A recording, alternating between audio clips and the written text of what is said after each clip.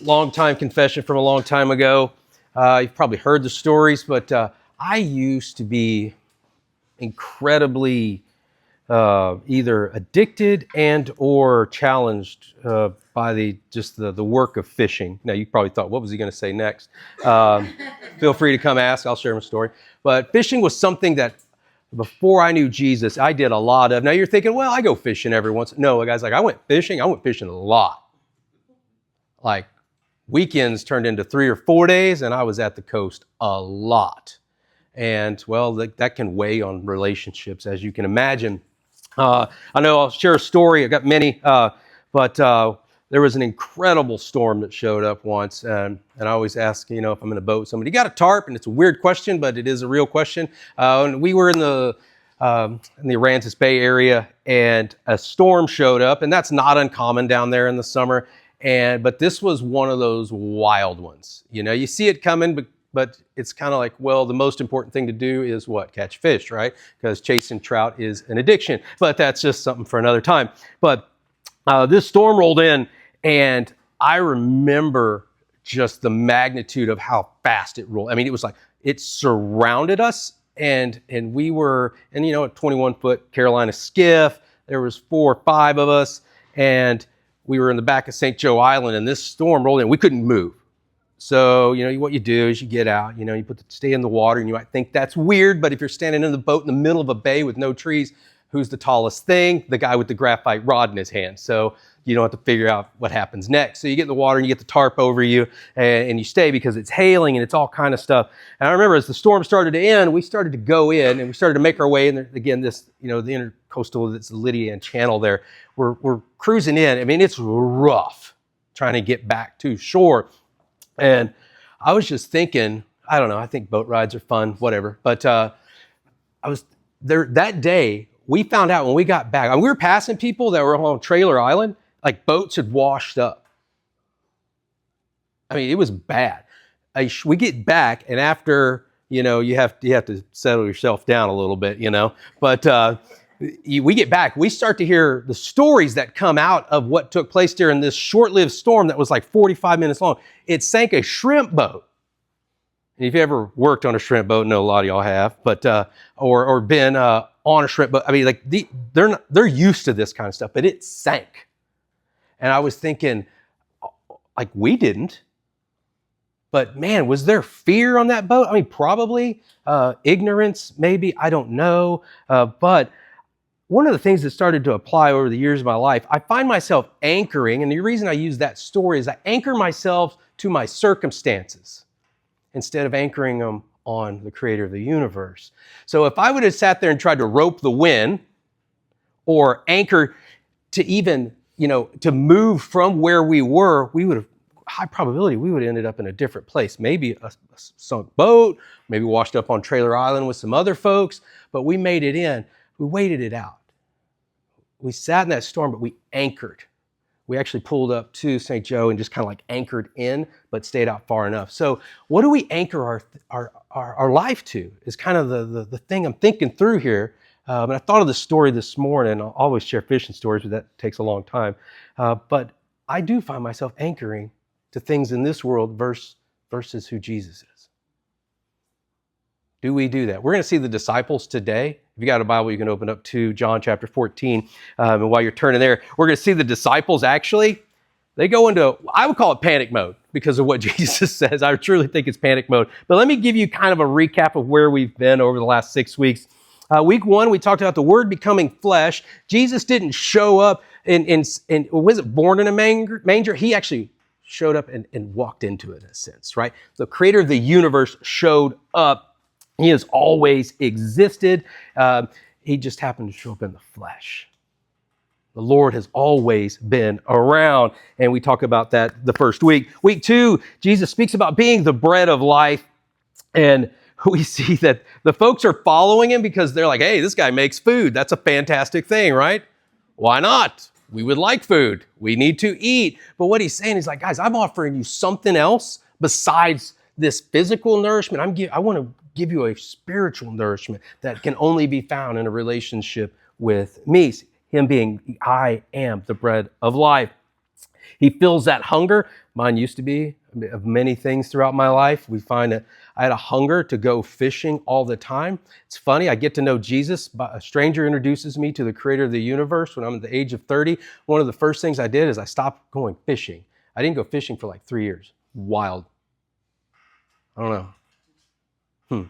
Funny story, right? Week 3, we look, before Abraham was I am. He flips the script. Pharisees are not stoked about that.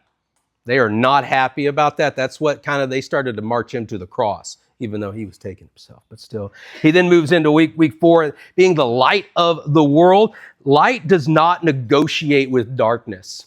When you flip the light on in a dark room, it doesn't think about it. It just, darkness flees. It cannot be in the presence of Jesus. I love that he's the light of the world. He did week 5, we looked at I am the good shepherd. He's not just a shepherd who watches the flock from a distance. He is actively involved in your life. Whether you've placed your faith and trust in him or not, I don't know. But he's still involved. It's like, well, but I control what I do. Yeah, all right. Okay. Me too. Didn't go fishing for 3 years. Week 6, I am the resurrection and the life. So we went, think about it. He talks about, he heals a blind man by spitting in dirt, making some mud, rubs it on his eyes, and he can see. He then calls Lazarus out of a tomb who's been dead, right? And what are the disciples going to do today? They're watching all of this happen over years, and they're still going to question today. I'm like, you got to come back for next week, because then it talks about you.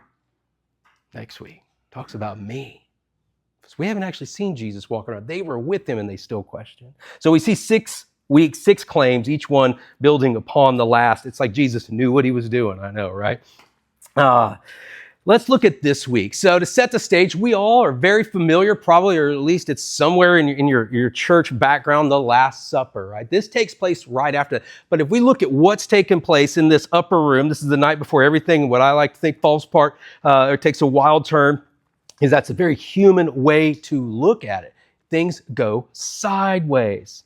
Now, if you look at the Last Supper, if you've watched it, in a movie or a show or something, it doesn't really look like when we gather, does it, to have dinner together, a celebration. It's very somber. Jesus straight up says, somebody's going to betray me. He goes over to Peter and says, oh, by the way, Peter, just fun fact, his name is mentioned like 120 something times in the New Testament. I guess that's a lot. John was like 20 or something like that. Peter's is mentioned a lot, but he tells Peter, you're going to deny him, looks him dead in the eye and says, you're going to deny me 3 times. Peter's like, what? What do you mean? It's amazing that you question the creator of the universe right in front of him. And then he goes into this thing. By the way, I'm leaving. The one they've been following for years says, I'm leaving. Where are you going? We would like to go. Well, he goes into that in John 14, and we're going to read it today. So you got panic mode. You got people trying to figure out who's going to betray Jesus. And then again, he throws this thing at him. But he starts it off with, believe in God, believe also in me. And he's going to, this is again, something he's equating himself with God because he is God in the flesh. And this goes back to this word anchoring. He's anchoring their very being, not in a change in their circumstance. All of these things have seemed like circumstance of somebody or something or a group of people. He wants them to anchor their faith and belief in him. He's shifting it from these worldly needs that are happening, like sight, to something that's eternal. We see a physical blindness, and he was like, guys, what I'm talking about is the spiritual blindness that exists. It's amazing what Jesus communicates. So let's dig into it. So John chapter 14, the first 4 verses. Let not your hearts be troubled. Believe in God, believe also in me. In my Father's house are many rooms. If it were not so, would I have told you that I go to prepare a place for you? And if I go and prepare a place for you, I will come again and take you to myself, that where I am, you may be also. And you know the way to where I'm going. Let your hearts not be troubled. It's like these things he's saying, somebody's betraying me. Peter, you're going to deny me. Oh, by the way, don't let your hearts be troubled. Is your heart troubled every once in a while? Absolutely. If it's not, if it's troubled over eternity, come talk to me. If it's troubled over, you can be troubled over finance, retirement, kids, grandkids, job loss, health. He says, don't let your hearts be troubled. Easy to say. But man, I feel like I've got plenty of reasons to kind of be troubled at times. I feel like I can just find myself in a place to be troubled. The world's about to fall apart for these disciples in their mind. I just see it's happening. But remember who's talking to them. Jesus offers them something to hang on to here. He says, it's not just about comfort, it's a promise. He's going somewhere to prepare a place for them. And then he says he's coming back to get them. He didn't say, hey, I'm going to send an angel to come back to you, to get you. I'm going to send, because I'm busy. He says, literally, I will come back and get you. That gives me goosebumps because he says, I'm coming back to get you. That's how important you are to him. He wants to come back and get you. He also says this, there's a Greek word, it's home. It's moan. I know that rhymes kind of, but that's the Greek word for it. In my Father's house are many rooms, and that word in Greek, it means dwelling places or places of remaining, meaning that's where you're going to remain. It's not a hotel. You don't check out. It's actually permanent. It's personal, and it's prepared because that's what our Lord is promising us. So let me get you a little background on it. So back in that time, when a son got married, he didn't move across town. He didn't go buy a ranchette. He didn't get an apartment in the city or anything like that with his wife. He actually came back or stayed home and built onto his father's house. Now, our parents are like, that's not exactly what empty nesting looks like for me, right? Yeah, we're like, no, y'all need to go do that over there. We're here for support. Yeah, we'll see the grandkids every once in a while, but we got a trip to take. But that's what took place, and what Jesus is doing there is he's breaking it down for them to relate it to him, like, hey, this is how it works. And if you see that in that tradition, the son comes to the father's house to build upon it. Jesus and the Father being one. I mean, he breaks it down very simple for us. He doesn't use fancy language, even though we kind of feel like it is. But he's just making it very simple and very applicable to today and to them at that same time. The family grew, but they stayed together. It was a community. It was very intimate. They worked. They did everything together. And he's using that imagery. I want to encourage the believers that are here watching, that eternity is huge, obviously, but it's not generic. It's very specific to you. Jesus is preparing a place for you if you've placed your faith and trust in him. It's for you. It's not, I don't know what it looks like, but I'm guessing yours might look a little different than mine. Yours is bigger. Probably, for sure. Mine's kind of like crooked. No, Jesus made it. It's perfect, right? He's preparing a place for you, for me, so that we can be with him. I just feel like this does not make the disciples feel any better because they're like, well, people are going to try to kill us. He's like, yeah. And they're probably going to.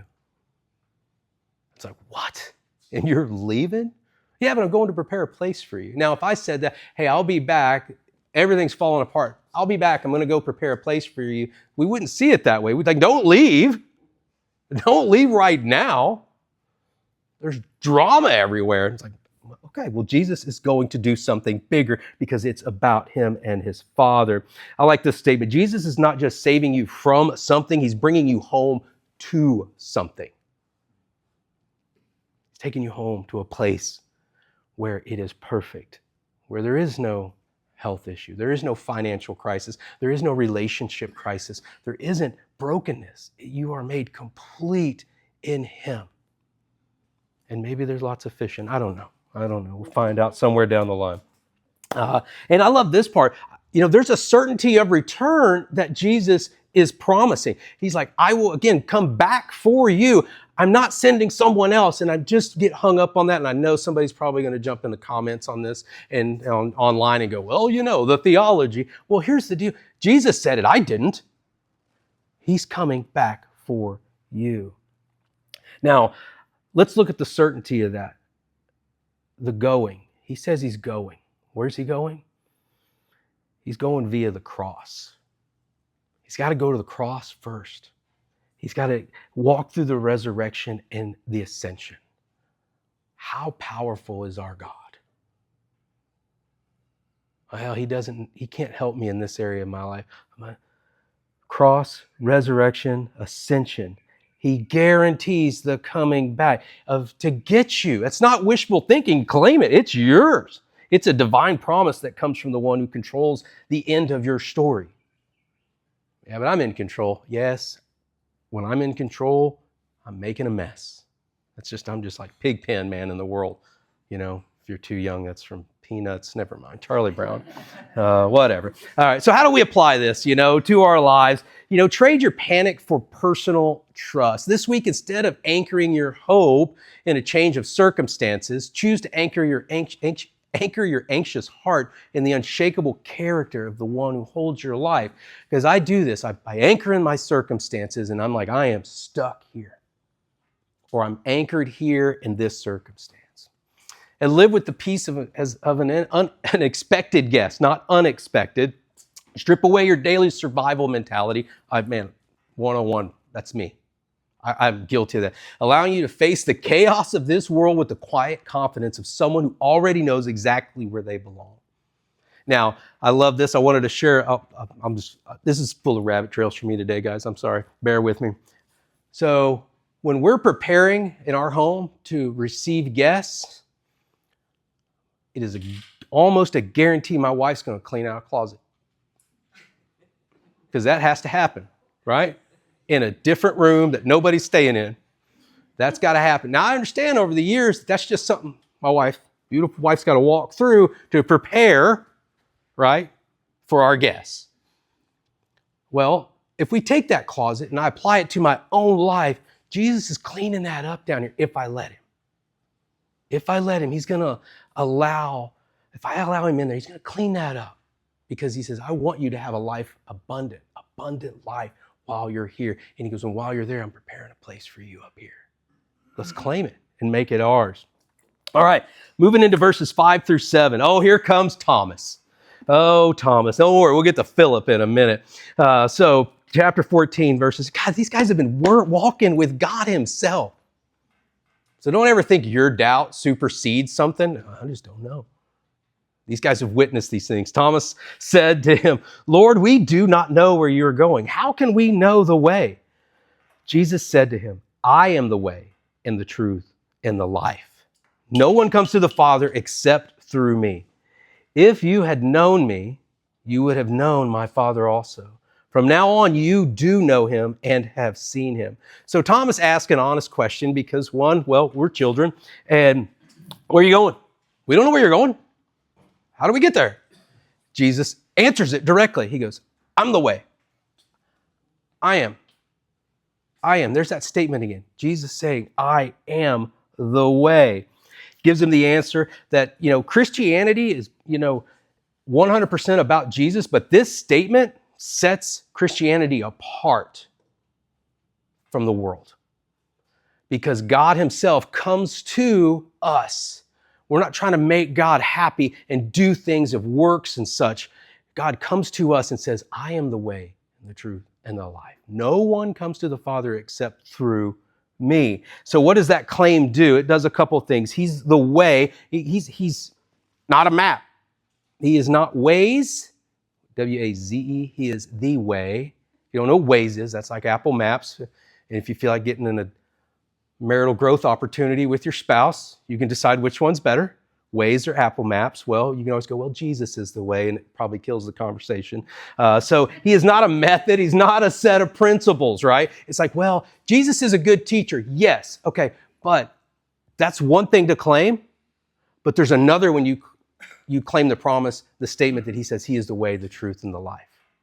That's a different claim that you're saying. The path to God is not a path. We think, well, if I just do this, the path is actually Jesus. And if you think, and again, I'm probably going to get caught online or something about this, or somebody's going to call, we've heard it, the pearly gates. Right? We've all heard that. I don't know. Maybe they're pearly. I haven't been there yet. I don't know. But Jesus is the way and the truth and the life. No one comes to the Father except through him. He's not a gatekeeper. He actually is the physical gate. Does that change the way you think about it? There's not gates up there. It's like, well, I don't know, because if there's gates and if there's like a checklist of what Jerry's done right and wrong, I don't have a shot. Not a chance.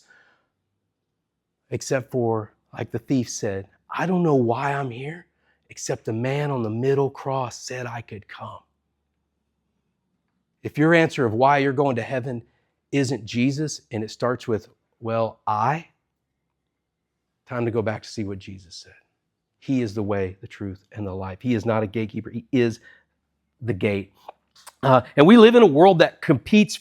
Truth is just, I don't even know if it's truth anymore. It just seems super confusing. We have, these competing truths that exist in the world. Just look in religion itself. It's wild.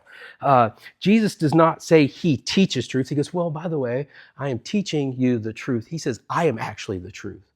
We're shifting from principles to an actual person, and that's what Jesus is trying to draw him to. He says, come to me. He says, just sit here with me. And Thomas is looking at him and saying, but how do we know? And he goes, like would you be frustrated? Like, you ever had kids? Been around kids?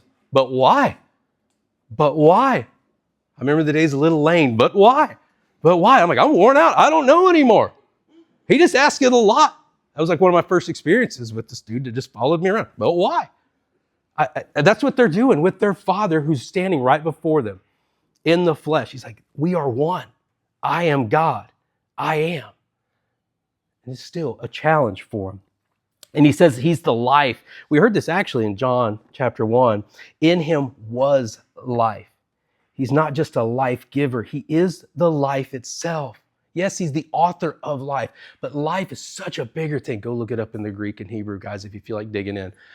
What Jesus claims about life is something different than what we see. We see life as an end and a beginning and an end.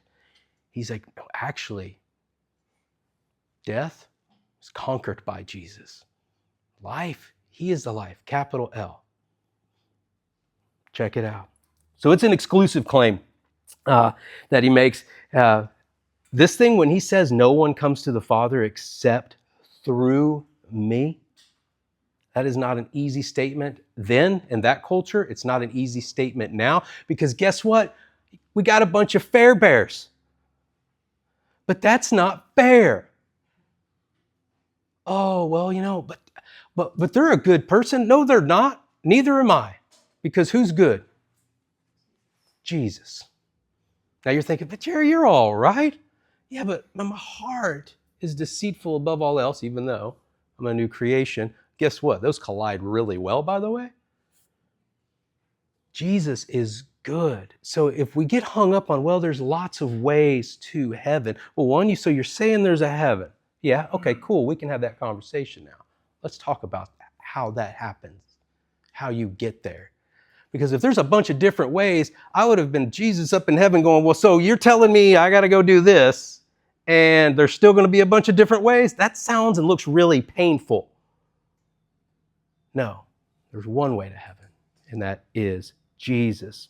So Thomas has honest doubt because, again, it's just the way he is. He's thinking literally geographically, right? Spatially. He wants a map, an itinerary. I know some of you guys in here, like, what's going on later? What do I need to know? What your calendar looks like? And it's all colored out. That's kind of a Thomas thing. A physical destination. It's like, well, where are you going? You going over the hill?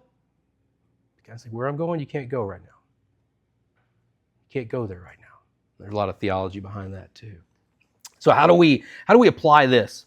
Stop following a map and start following a person. You know, if somebody was guiding you through if you were lost in the woods, I like to think I can get lost in the city, but you drop me off in the woods, I can probably find my way out. But if you were a city dweller and you got dropped off in the woods with somebody that knew their way out of the woods, or flip it around, would you follow them to get out? Absolutely. How about a burning house? The house is burning. The only way out is through that door right there, even though the sign says don't let Blondie out. The exit's right there. There's a fake door over there and a fake window over here and a fake window there. And it's like, and I go, well, that's the only way out. Let's go. You start fighting to get out a fake window or a fake door, or do you go the only way you can get out? Seems pretty simple, right? That's how you get out. Go that way.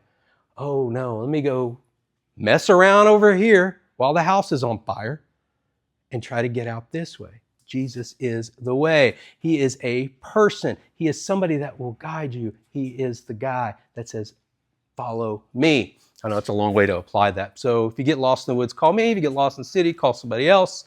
Open up ways. Build your reality on the exit, not the culture. I know, man, we're just wrapped up in the culture. I know, why this is all new and nobody's ever walked through this sin in their life or this in their... Let's just go. Let's just think 2,000 years. You've been around, what, 15 minutes? I feel like that's kind of arrogant of me to think that no one else has walked through something. Stand firmly on the reality that Jesus is the only true exit from darkness. He is an amazing light switch. All right, verses 8 through 11. Here comes Philip because Thomas, I think like Jesus has got him in line. There's like, I have a question. I have a challenge. And so here comes Philip. Philip said to him, Lord, show us the Father, and it's enough for us. Oh, that makes me weak in the knees in not a good way. But I do that. I do that all the time. Jesus said to him, have I been with you so long and you still do not know me, Philip?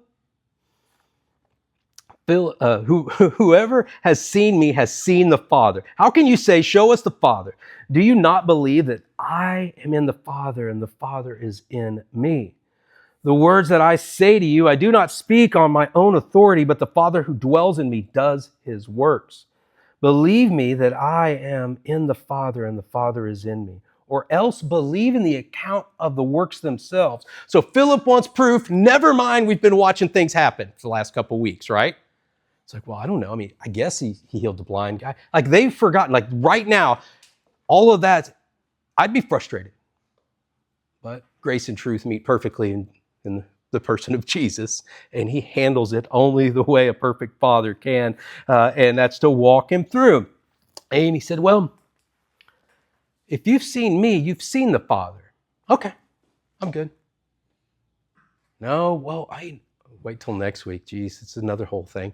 But still, they're like, I'm right here. And you're still not getting it. He says, okay, if you don't trust the fact that this is what's happening, the Father is in me and I am in the Father, how about the works that took place? I guess so, yeah. Lazarus, dead. Not dead. Blind, not blind. Feeding thousands of people that didn't have food. Like, we forget, don't we? We forget what God has done in our lives. Has that happened in your life when you walk through a crisis and God has been incredibly faithful and been there with you and you've seen something on the other side of it and it's a story that you share about the glory of God? And even though it was a dark time in your own life, they're walking through it right now. This is the whole payoff of the series. Jesus healed people and they still question. We think that Jesus, I know there's religions out there that think Jesus is a representative of God. Well, what makes the Christian faith incredibly unique is that we believe that Jesus is God because he says he is. And that's what we claim to be true. Philip, there's a thing that's taken place here. And in the Old Testament, you know these stories. If you've been around here, we've talked about them. These stories in the Old Testament, these manifestations of God in the burning bush, Moses and Elijah, They saw these visible, spectacular manifestations of God's glory. And that's what Philip wants. He wants like, well, where's the trick? Or whatever it is. Where's this experience that I should receive like they did in the Old Testament? And I'm like, well, I mean, just rewind. Just a few short days ago, what was happening? We still go back. He says, believe in the works that you saw. So he actually walks through this mutual indwelling, Jesus does, of the Father and he being one. And to be one, marriage is one flesh, but you still see two people. Jesus, that's how intimate he is with the Father. They are one. You get into the Trinity. We'll do that another time. But they are one. He's not a representative. He is not somebody that's like a prophet that's aligning in some other religion. He is God himself. And that is that's what he's wanting Philip to really see. It's like, hey, I am that manifestation of God. And I'm right here. And he still can't grasp it. There's a couple, what I call streams of evidence in here. He says, if you can't believe the words, believe the works. You don't want to believe me, which I feel like would have been a bad decision.